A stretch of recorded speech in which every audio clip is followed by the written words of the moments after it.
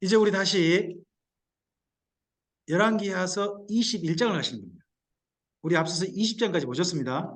20장까지 보셨는데 21장까지 21장 펴시고요. 앞을 보실까요? 우리 지금 여기까지 보신 겁니다.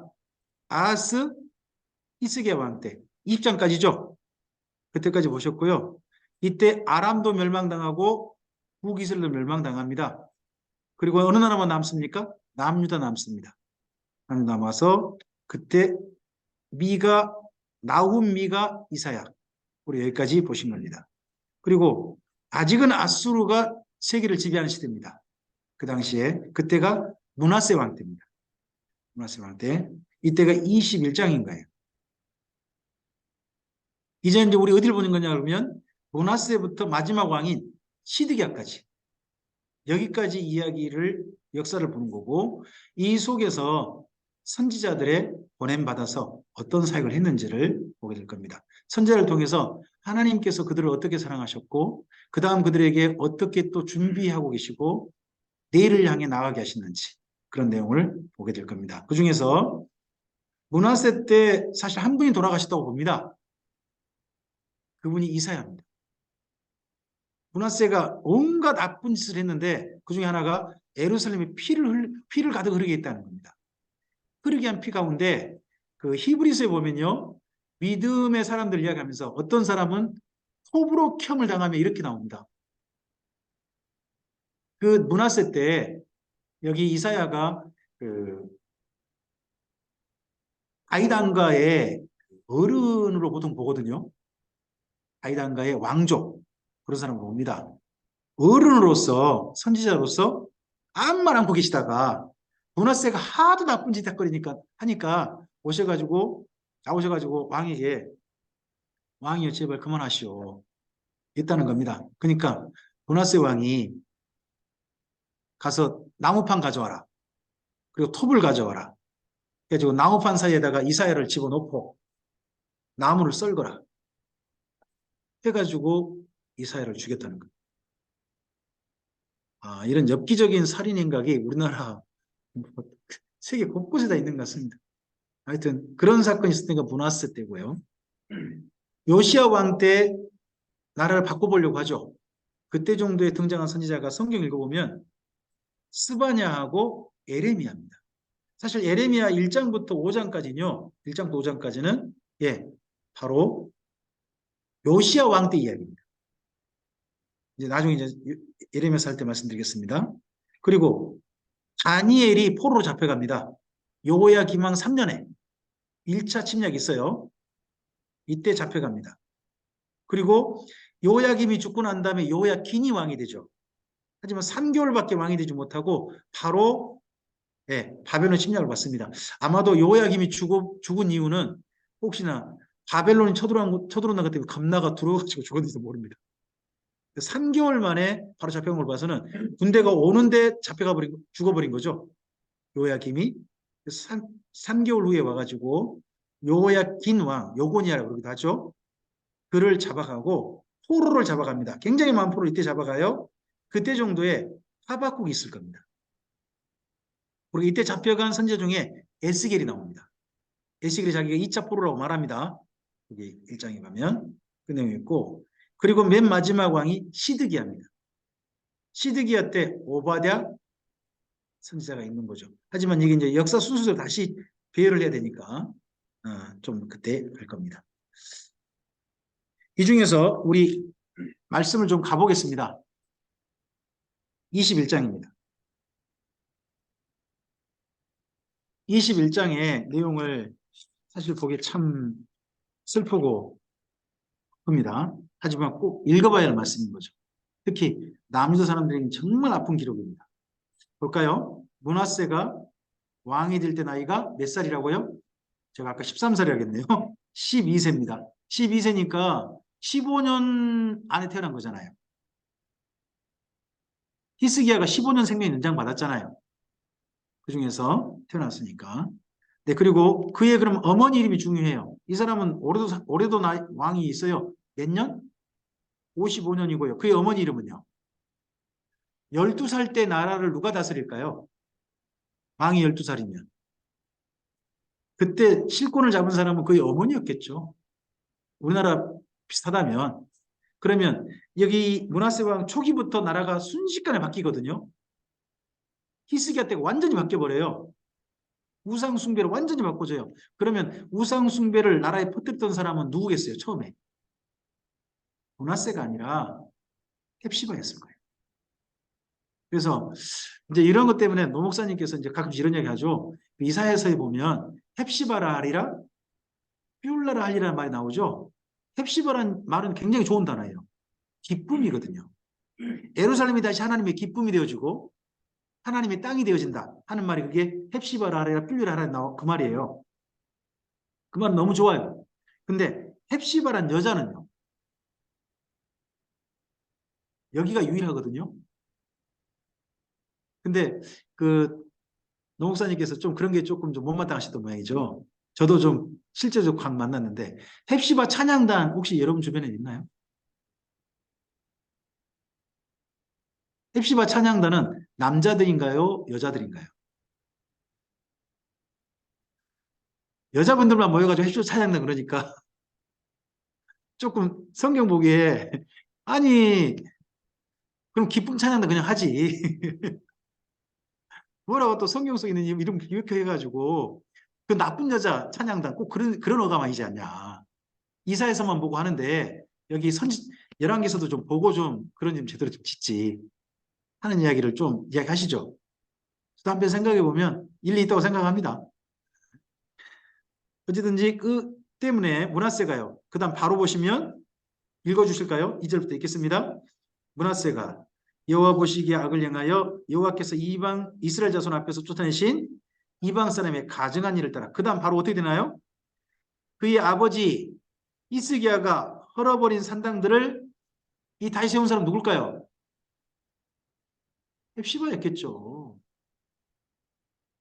그래서 헵시바에 대해서 이스라엘 민족이 그런데요.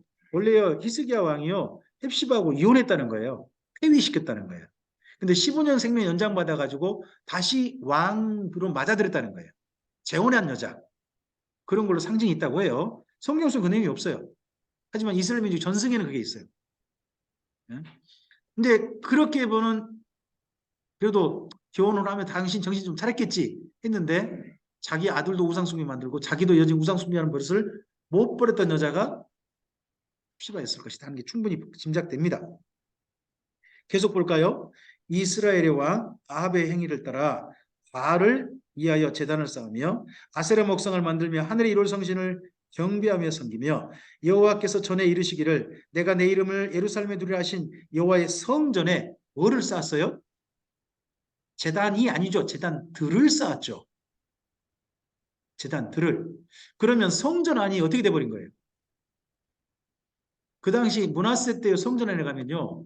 여기는 바알을 위한 제단이 있고 여기를 가면 아세라 제단이 있고 이쪽에 밀곰이 있고 몰렉이 있고 저쪽에는 여호와 하나님의 성전 제단도 있고 성전 안에가 온갖 신들의 제단들이 다 있는 거예요. 이거 보고 뭐라 그러죠? 이렇게 된 신전을 보고 이렇게 불러요. 만신전이라고 그러죠. 만신전. 이런 걸 만들어버린 거예요. 이 사람이. 앞서서 한 사람이 신전에다가 이 성전에다가 제단 하나 더 만들었죠. 아하스. 근데 이 사람은 다 만들었다는 거죠. 이런저런 거. 거기다가 그 다음 또 가보세요. 6절입니다. 또 자기 아들을 불 가운데로 지나가게 했어요. 그리고 점침해요. 사수를 행하며 신저반저와 박수를 신임하여 여호와 보시기에 악을 많이 행하여 그의 진노를 일으켰다고 돼 있죠. 여기에 자기의 아들은 한 명이 아닌 것 같아요. 하나가. 그래 보여요. 그러면 한 명만 불태워 죽인 게 아니라 우리 현민 형제가 몇째죠? 첫째세요. 므낫세 아들이었으면 일 나는 거예요. 나도 첫째거든요. 무조건 불태워 죽었지. 그래서요. 이 다음 왕인 그 다음 아들 있지 않습니까? 아들이 아무리 봐도 셋째나 넷째나 그렇게 되는 거예요. 하여튼 그런 일을 했고 사수를 행하고 신접한 자와 박수를 신임하고 온갖 미신들을 기꺼이 받아들이고 거기다가 하나 더 7절 첫머리 밑줄 그어볼까요? 또 누가 만들었어요? 누가 만들었어요? 자기가 직접 만들었다니까요? 뭐를요? 아세라 목성을 직접 만들어가지고 어디 갖다 세웠어요? 자기가 우상을 만들어가지고 자기가 직접 만든 우상을 성전에다 세운 거예요. 이걸 보고 뭐라고 하느냐? 밑줄 그려놓으셨나요? 밑줄 그으셨으면 이제 써놓으시는 거예요. 멸망에 가증한 것. 나중에 이걸 이렇게 표현해요. 누가요? 먼저는 에스겔이 표현해요. 에스겔이. 그리고 또 누가 이렇게 표현하느냐? 바로 다니엘이에요. 이 표현을 나중에 예수님이 인용하시는 거예요. 예루살렘에 멸망에 가증한 것이 선 것을 보거든 읽는 자는 깨달을진저. 그런 말을 나중에 하신단 말이에요. 예루살렘 성전에요. 이 멸망에 가증한 것, 우상이 서니까요. 반드시 어떤 일이 왔느냐? 엄청난 환란이 오고요. 나라가 망하고 말았어요. 그러니까 예루살렘에요. 멸망에 가증한 것이 서면요. 예루살렘 사는 사람들은 어떻게 해야 될까요? 예루살렘에 있으면 안 돼요. 다른 데로 도망을 쳐야 돼요. 그때 산으로 도망하라 합니다. 그 산이 예루살렘이다. 아니 예루살렘에 사는 사람들과 예루살렘 도망하는 말이 됩니까? 그게 산인데 그게 아니고 예루살렘에서 도망쳐 나와가지고 펠라라고 하는 요단강 건너편 지금은 요르단은 나라예요. 그쪽 산지로 도망해라. 왜요?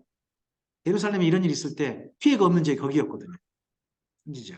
그런 말씀을 나중에 형식을 보는 거죠. 자, 이런 일을 해가지고 이 나라가 완전히 우상숭배 나라 되게 했어요. 그러면서 심지어 자기만 한 게 아니라 구절 있죠. 구절 되게 해버렸어요. 읽어보실까요? 이 백성이 듣지 아니하였고 므낫세의 게임을 받고요. 악을 행한 것이 여호와께서 이스라엘 자손 앞에서 멸하신 여러 민족보다 더 심하였더라. 그러면 여기가 언제 때 이야기가 비교되냐 그러면 그 여호수아 때 가나안 7족속이 쫓겨났잖아요. 멸망하고 쫓겨났잖아요. 그들이 쫓겨난 이유가 뭐예요? 우상 숭배하며 특히 성윤리가 완전히 망가졌거든요. 그래서 땅이 토해냈단 말이에요. 근데 남유다 사람들이 심지어 그 전에 포함받은 가나안 7족속보다 더 부패해졌다는 거죠. 그러니까 여기는 또 포함받는 거죠.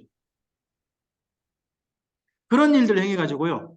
완전히 남유다를 범죄하게 만듭니다. 이런 범죄하게 만든 것 외에도 또 더 일을 합니다. 16절부터 18절 읽어보실까요? 므낫세가 유다에게 범죄하게 하여 여호와께서 보시기에 악을 행한 것 외에도 또 무죄한 자의 피를 심히 많이 흘려 예루살렘 이 끝에서 저 끝까지 가득하게 하였더라. 여기 무죄한 자의 피, 이 중에 이사야 선지자도 포함됐다고 보는 겁니다.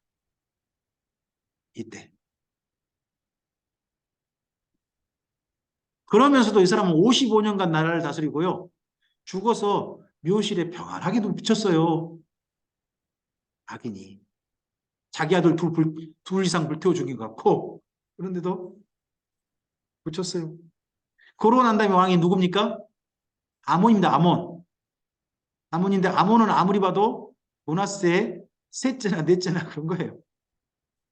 그런 아들인 거예요. 근데 이 아몬이 똑같이 누구의 길을 따라가요? 므낫세의 길을 따라갑니다. 그러니까 신하들이 이 아몬을 죽이고요. 대신에 이런 왕은 도저히 안 된다. 새로운 왕이 있어야 돼. 백성들 스스로가 왕을 세웁니다. 그래서 백성들이 세워준 왕, 그 사람이 누구냐 그러면 요시야가 됩니다. 요시야가. 거기 23절, 21장, 23절, 24절이 그러죠. 아몬을 죽이고 국민들이 왕으로 추대했다는 겁니다. 누구를? 요시야를. 그래서 이 사람이 왕이 됩니다. 근데 요시야가 왕이 될 때 나이는요. 22장 1절. 8세입니다. 8세밖에 안 됐습니다. 8살. 초등학교 들어갈 나이잖아요. 근데 왕이 됐습니다. 그러면 그 이후 31년 다스렸는데 사실 일찍 죽은 거죠. 40이 못 되어 죽은 겁니다. 39이잖아요. 그죠? 31년 다스렸어도. 근데 8살 때부터 나라가 정상으로 돌아옵니다. 하나님 앞에 정직하게 행했다는 겁니다. 그럼 8살 때 요시야가 나라를 똑바로 다스렸을까요? 아니죠. 그의 어머니나 주변 사람들이 그렇게 했겠죠. 그래서요, 이 여인은 기억해 볼 만한 여인인 거죠. 여기 22장 1절에 누가 나옵니까? 그의 어머니의 이름. 여디디아. 저는 여디디아란 말이 조금 좀 발음이 좀 어려워서 여디디아. 저는 이렇게 좀 부릅니다만은, 이 여인은요, 정말 하나님의 사람이었던 것 같습니다. 정직하게 행했던 것 같습니다. 근데 이 여인이 이렇게 정직할 수 있었고 하나님을 온전히 공개할 수 있던 이유는 한 사람의 영향받아 보입니다. 여기 22장 읽어가다 보면요. 요시아가요. 그의 나이가 8살 때 왕이 될 때가 아니라 그의 나이가 제법 됐습니다. 3절 가시면 왕의 나이가 몇 살이 됩니까? 18째 해면 몇 살이에요?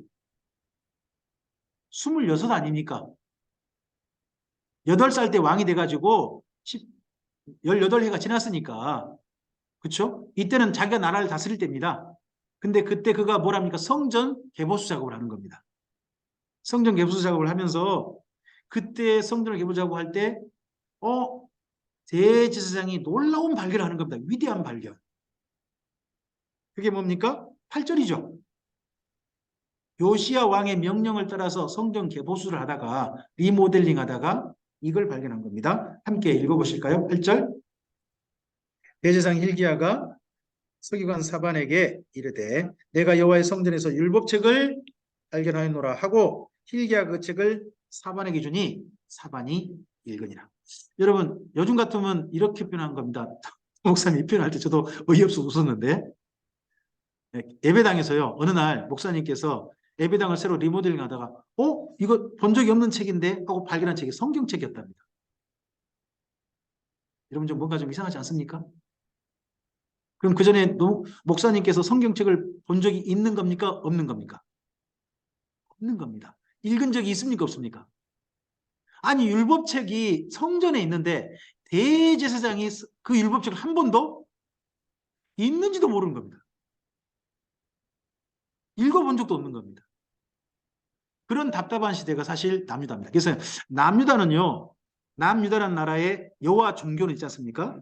하나님의 성전 종교는 예식 종교지 경전 종교가 아니었던 겁니다. 하나님께 제사는 드려집니다.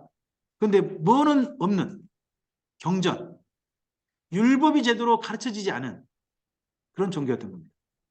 어쨌든 이때 발견돼 가지고요. 읽어주고 난 다음에 이 책을 누구한테 가서 읽어주게 됩니까?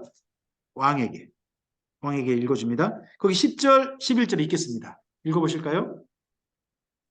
또 서기관 사반이 왕에게 말하이르되 제사장 hil기야가 내게 책을 주되이다 하고 사반이 왕의 앞에서 읽음에 왕이 율법책의 말을 듣자 곧 그의 옷을 찢으니라. 뭐 설교했습니까? 그냥 읽어줬습니까? 읽어줬는데 알아들은 겁니다. 알아들은 겁니다. 그래서 이 내용이 뭘까? 대부분 학자들은 이렇게 봅니다. 이 내용이 신명기였을 거라고 봅니다. 신명기. 아는 분들이 신명기라고 봅니다. 왜? 신명기는 율법을 설명한 모세의 설교를 기록한 책이잖아요. 설교를 기록한 책이기 때문에 비교적 쉽게 설교문이니까요. 설교문이니까. 그러니까 충분히 쉽게 알아들었을 것이다. 더더구나 여기가 아마도 이사야 그 신명기로 하면 28장이었을 것이다. 그렇게 보는 분들이 제법 있더라고요. 저도 나름 일리 있다고 생각합니다. 거기에 저주가 선포되어 있잖아요. 왜요? 이 다음 읽어보면 자 12절 이하 읽어보실까요? 읽어보겠습니다. 왕이 제사장 hil기야와 사반의 아들 아히감과 미가야의 아들 악볼과 서기관 사반과 왕의 시종 아샤에게 명령하이르되 너희는 가서 나와 백성과 온 유다를 위하여 이 발견한 책의 말씀에 대하여 여호와께 물으라. 우리 조상들이 이 책의 말씀을 듣지 아니하며 이 책에 우리를 위하여 기록된 모든 것을 행하지 아니하므로 여호와께서 우리에게 내리신 뭐가 크다. 진노가 크다. 하나님이 저주하실 지경에 이르렀다 하는 이런 이야기라면 분명히 신명기라면 신명기 28장 내용 거기하고 연결될 겁니다. 근데 물으러 간 데가 어딥니까? 14절. 왕이 이 책에 대해서 물으러 가보라고 합니다. 누구한테 물으러 갑니까? 여선지자 훌다입니다. 훌다는요, 그 당시 예루살렘의 뭐 관리 중에 한 사람입니다. 관리의 아내. 그런 사람인데 그에게 물으러 갑니다. 그럼 이거 보면 뭐가 한 가지 좀 짐작되는 게 있습니다. 그 요시아의 어머니가 누구죠? 여디디아 아니었습니까? 여디디아. 여디디아를 가르친 여디디아의 선생님이 누구겠습니까? 저는 훌다였을 가능성이 높다고 봅니다. 그러다 보니까 훌다도 누구에게? 여기 요시야 왕에게 존경받았을 걸로 봅니다. 그러다 보니까 이 훌다에게 가서 물어보라 하는 내용이 있었을 걸로 보입니다. 그러니까 훌다의 영향력이 여디디아에게 왔고 여디디아의 이 훌다의 영향이 또 누구한테까지 왔느냐? 요시야에게까지 있었을 걸로 보입니다. 이런 훌륭한 여인이 있는 거죠. 아직. 그러니까 역사가 진행되는 겁니다. 자, 그렇게 해서 물어보아서 우리가 다른 신들한테 분향하고 우상 숭배함으로 말미암아 하나님의 저주하게 하는 일을 오늘 우리가 스스로 했다 하는 걸 확인합니다. 그래서요 23장 여기를 잘 읽으셔야 됩니다. 23장 여기 첫머리가요 스바냐서하고 에레미야서를 처음 읽으실 때 필요한 부분입니다. 자, 우리 1절부터 먼저 2절까지 읽어보실까요? 왕이 보내 유다와 예루살렘의 모든 장로를 자기에게 모으고 이에 왕이 어디에 올라가매? 여호와의 성전에 올라가매 유다 모든 사람과 예루살렘 주민과 제사장들과 선지자들과 모든 백성이 노소를 막론하고 다 왕과 뭐 있다고요? 함께 했습니다. 장소가 어디예요? 성전. 하나님의 성전에서 함께 했습니다. 계속요. 왕이 여호와의 성전 안에서 발견한 언약책의 모든 말씀을 읽어 누구한테 들려줬어요? 이번에는요. 자기가 원래는 사반이 자기한테 읽어줬죠. 그 말씀을 이번에는 왕이 직접 읽어서 누구한테 들려줬어요? 백성에게 들려줬어요. 들려주고 난 다음에 그 다음 이야기입니다. 3절 말씀 잘 읽어놓으셔야 됩니다. 읽어볼까요? 왕이 단위에 서서 여호와 앞에서 언약을 세우되 마음을 다하고 뜻을 다하여 여호와께 순종하고 그의 계명과 법도와 율례를 지켜 이 책에 기록된 이 언약의 말씀을 이루게 하리라 하매 백성이 어떻게 했다고요? 그 언약을 뭐예요? 따르기로 했다는 겁니다. 누구 앞에서? 여호와 앞에서. 하나님 앞에서 이렇게 언약을 했어요. 보통 이런 약속할 때요. 언약할 때 이스라엘 민족이 하는 게 뭘까요? 이 언약식 할 때 이스라엘 민족이 하는 거. 소 한 마리 잡습니다. 그리고 몸을 딱 절반 나눕니다. 절반 나누고요. 피는 따로 받습니다. 그리고 짐승 사이를 언약한 사람들이 걸어갑니다. 그리고 피를 뿌립니다. 우리가 이렇게 생명을 걸고 이 약속 지키겠다 하는 겁니다. 그걸 누구 앞에서 하는 겁니까? 여호와 앞에서. 장소도 어디입니까? 성전에서. 그러면 요시야와 모든 백성이 하나님 앞에서 자기 생명을 걸고 약속한 겁니다. 이대로 하기로. 그랬는데요. 이 약속을 이 다음에 이스라엘 여기 남유다 사람들이 예루살렘 사람들이 지켰을까요? 안 지켰을까요? 그 이야기를 읽어보시는 게 스바냐서. 그 이야기를 또 읽어보셔야 할 게 예레미야서 1장부터 5장까지인 겁니다. 나중에 그 다음 시간에 거기를 꼭 읽으셔야 되는 겁니다. 미리 읽어오세요. 미리 스바냐서를 읽어보세요. 스바냐서에서 한 도시에서 화 있을 진짜합니다. 그 도시가 읽어보면요. 예루살렘이에요. 예루살렘 사람들이 어떻게 하고 있는지 잘 읽어보세요. 읽어보시면 충분히 보여요. 이제 이해가 안 되시면 다음 달까지 그대로 가져오세요. 그럼 제가 약간 설명을 드리면 충분히 보이실 거예요. 그리고 이 예레미야서 1장부터 5장까지 읽어보세요. 이게 어느 왕 때 이야기다? 요시야 왕 때 이야기다. 생각을 가지고 읽어보세요. 읽어보시면 거기 내용이 보이는 게 있으니까 읽어보시는 겁니다. 이제 이렇게 해가지고 나라의 종교 개혁을 합니다. 자기 남유다만 아니라 이미 망해버린 북이스라엘까지 가가지고요. 모든 우상들을 다 깨뜨립니다. 산당들 다 없앱니다. 신전들 없앱니다. 오직 어디만 남겨놓습니까? 예루살렘의 여호와의 성전만 남겨놓습니다. 완전 그런 종교 개혁을 합니다. 그리고 그렇게 하고서 하나님 앞에 뭘 우리가 지키자? 유월절 지키자. 그리고 하나님께로 온전히 돌이키는 일들을 하게 합니다. 하게 하는데 이때 이 요시아가 이런 일을 하게 했을 때 그에 대한 평가를 해줍니다. 평가. 네, 우리 한번 보실까요? 23장 24절을 가보시기 바랍니다. 23장 24절. 예. 24절 25절 읽습니다. 요시아가 또 유다 땅과 예루살렘에 보이는 신접한 자와 점쟁이와 드라빔과 우상과 모든 가증한 것을 다 제거하였으니 이는 대제사장 hil기야가 여호와의 성전에서 발견한 책에 기록된 율법의 말씀을 이루려 함이라. 그 다음요 평가입니다. 요시아와 같이 마음을 다하며 뜻을 다하며 힘을 다하여 모세의 모든 율법을 따라 여호와께로 돌이킨 왕은요 요시아 전에도 없었고 후에도 그와 같은 자가 없었다. 놀라운 평가 아닙니까? 하나님을 의지하는 데는 최고가 누가 평가받았습니까? 히스기야였습니다. 하나님을 의지하는 데는. 하나님 마음에 드는 데는 누가 평가받았습니까? 다윗입니다. 하나님만 합한 자. 근데요, 율법대로 하나님 앞에 바르게 하려고 했던 왕은 누가 평가받습니까? 이 요시아입니다. 그러면 이런 사람이 남유다에 등장했다면 남유다 희망이 있습니까? 희망이 없습니까? 이런 사람이 왕이 됐다니까요. 31년간이나 다스려요. 네? 부동산 18년 하니까 18째 해가지고 남이 31년까지 상당히 여러 해 동안 이거 한 거 아닙니까? 그렇으면 남유다에 희망이 있어요, 없어요? 있을 것 같잖아요. 저러면 충분히 희망이 있을 것 같아요. 근데 백성들은 아니었다는 겁니다. 그 이야기 그 다음입니다. 26절 뭘로 시작되죠? 이게 너무 슬퍼요. 그러나 26절 읽어볼까요? 그러나 여호와께서 유다를 향하여 내리신 그 크게 타오르는 진노를 돌이키지 아니하셨으니 이는 므낫세가 여호와를 경노하게 한 그 모든 경노 때문이죠. 이 경노가요 므낫세에게 있는 게 아닙니다. 므낫세를 따라서 55년 동안 우상 숭배에 물든 이스라엘 남유다 사람들 있지 않습니까? 남유다가 완전히 우상 숭배에 물들었는데 그렇게 만든 사람이 누구?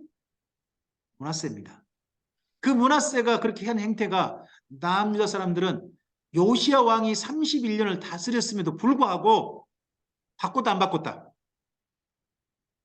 안 바꿨다는 겁니다. 결국 남유다에서 누구 혼자 일했다? 요시야 왕이었다는 겁니다. 슬픕니다만 제가 이렇게 표현하고 싶습니다. 요시야 왕 때 남유다에서 예루살렘에서요 왕따 한 명이 있어요. 겉으로 드러나지 않지만 실질적인 왕따 한 사람. 누구라고 생각되세요? 예, 저도 요시아라고 생각합니다. 요시아 앞에서는 다른 척 하는 겁니다. 근데 뒤에 가면요. 우리나라 말 똑같은 이런 말이 비슷한 표현이 있는 것 같습니다. 복지부동이라나요? 그 누구도 우상숭배에서 돌이키려고 하지 않는 겁니다. 그러다 보니까요. 에레미야서 5장에 가보시면 1절에 이런 말이 있습니다.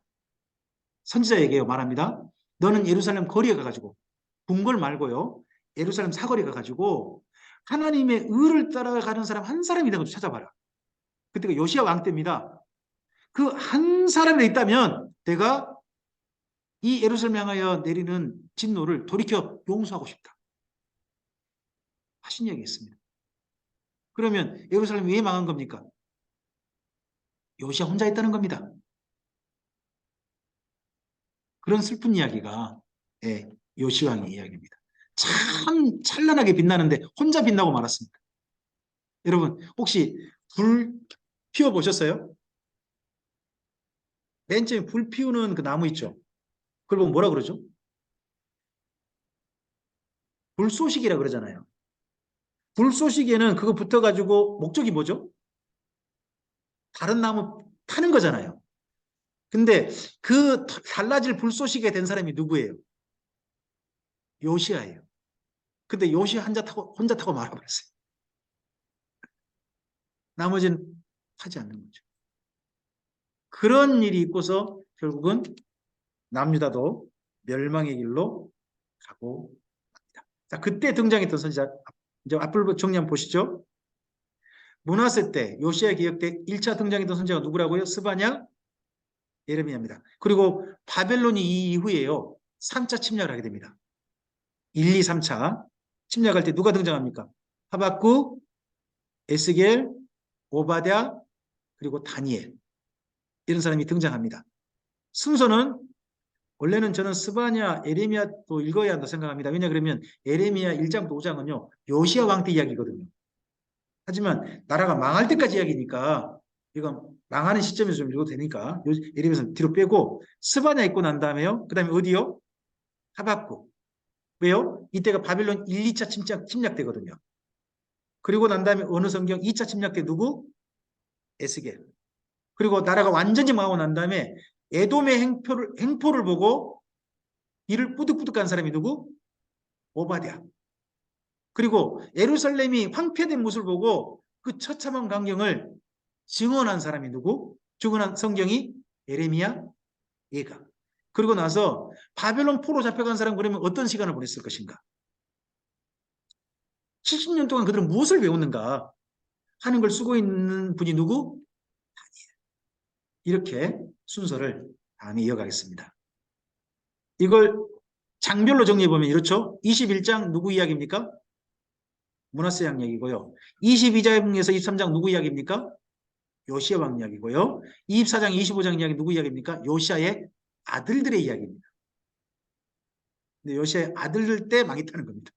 이것도 또 슬퍼요. 그렇게 멋진 사람 요시야인데 아들들이 요시야가 이어지지 않는 거예요.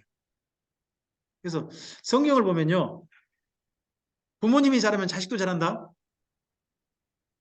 사실 그게 보장이 안 되는 게 성경인 게 보입니다. 그래서요. 신앙이요. 3대, 4대 물려간 건요. 어마어마한 일이에요. 더더욱으로 제대로 물려진다는 건.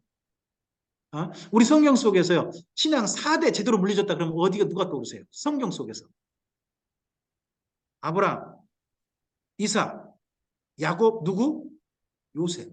4대 제대로 가니까 하나님이 뭘 이루어 버리시죠?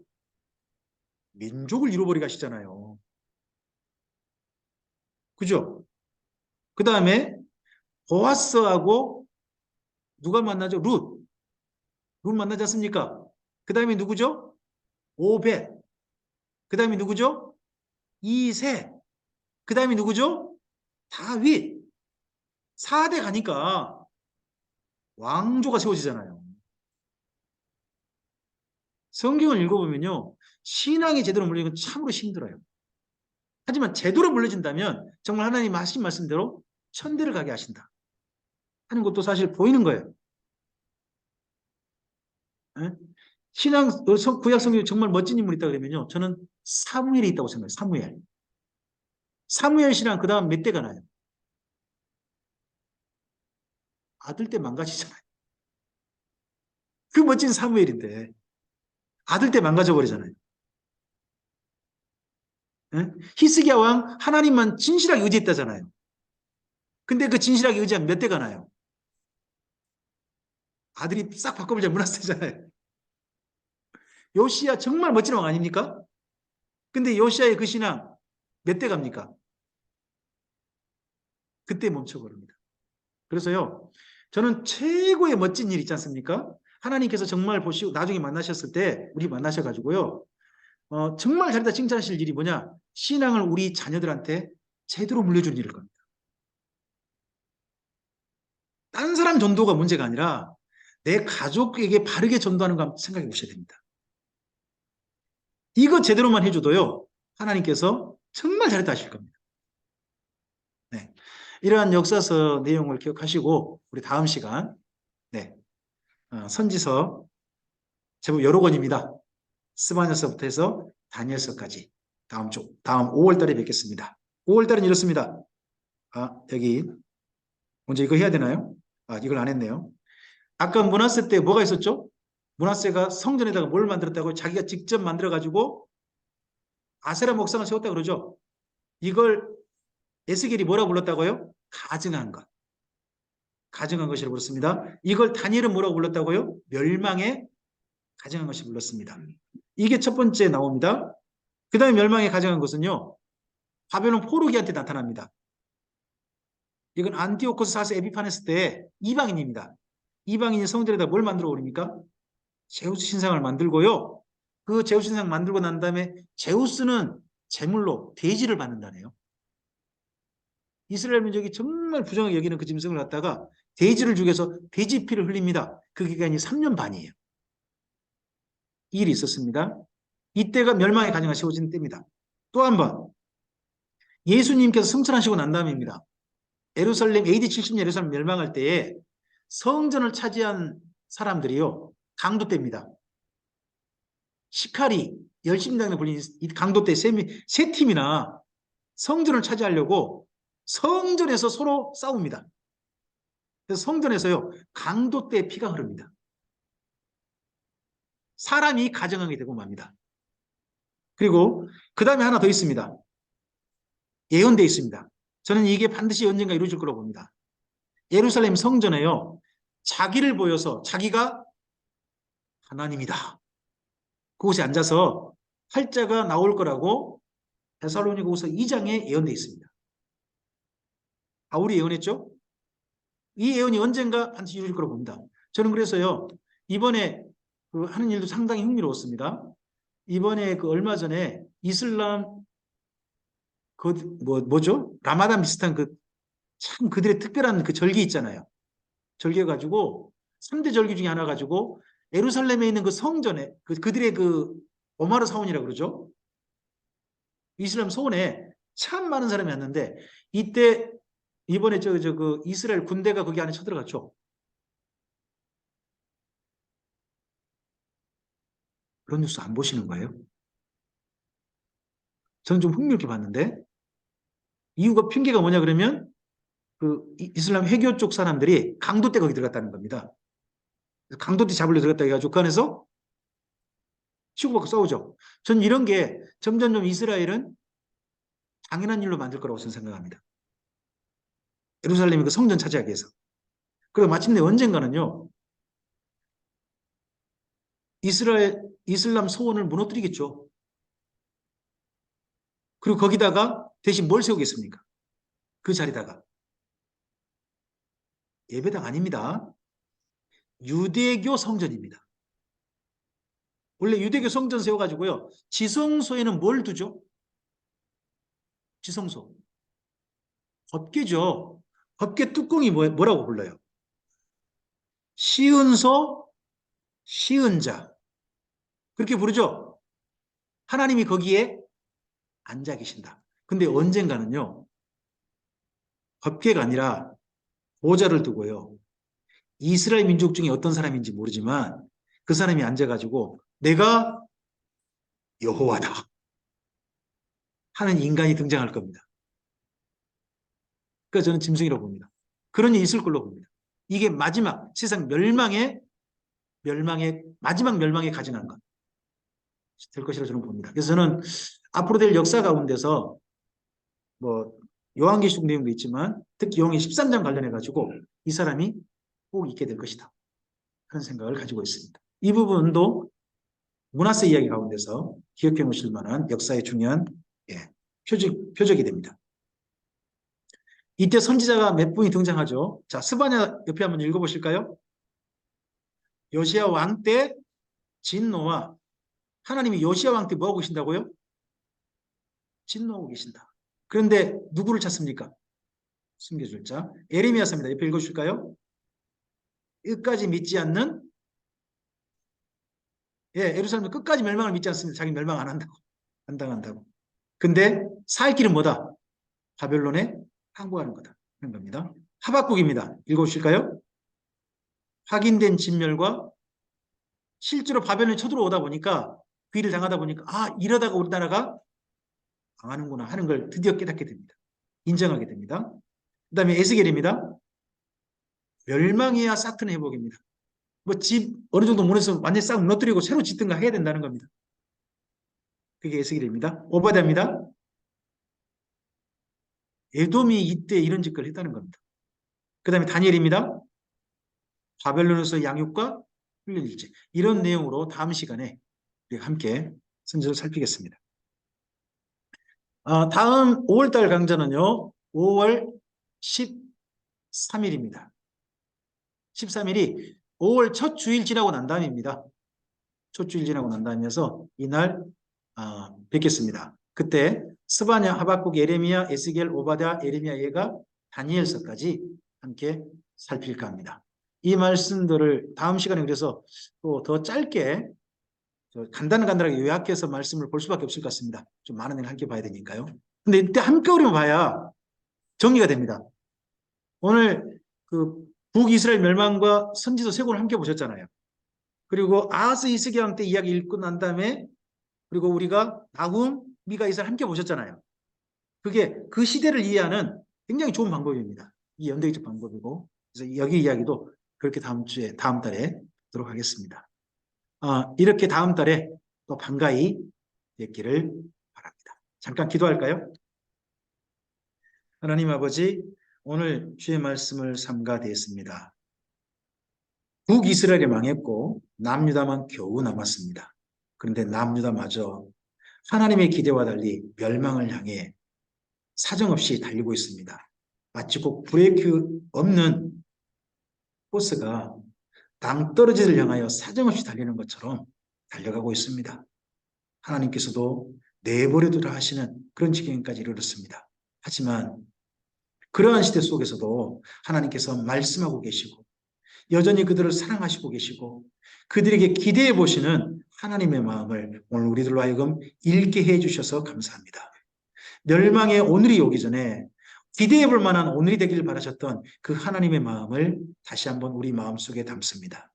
오늘 우리가 살고 있는 우리의 오늘이 하나님께서 내버려 두시는 오늘이 아니라 기대해 보시고 희망을 걸어 보시고 너 때문에 좀 더 참아보련다 하시는 그런 오늘이었으면 좋겠습니다.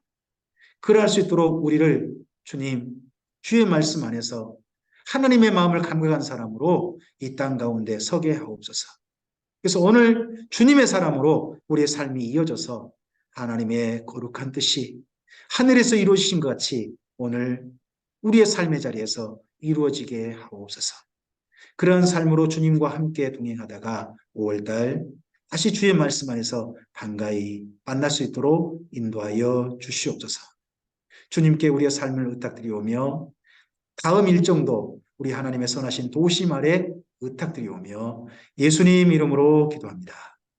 아멘.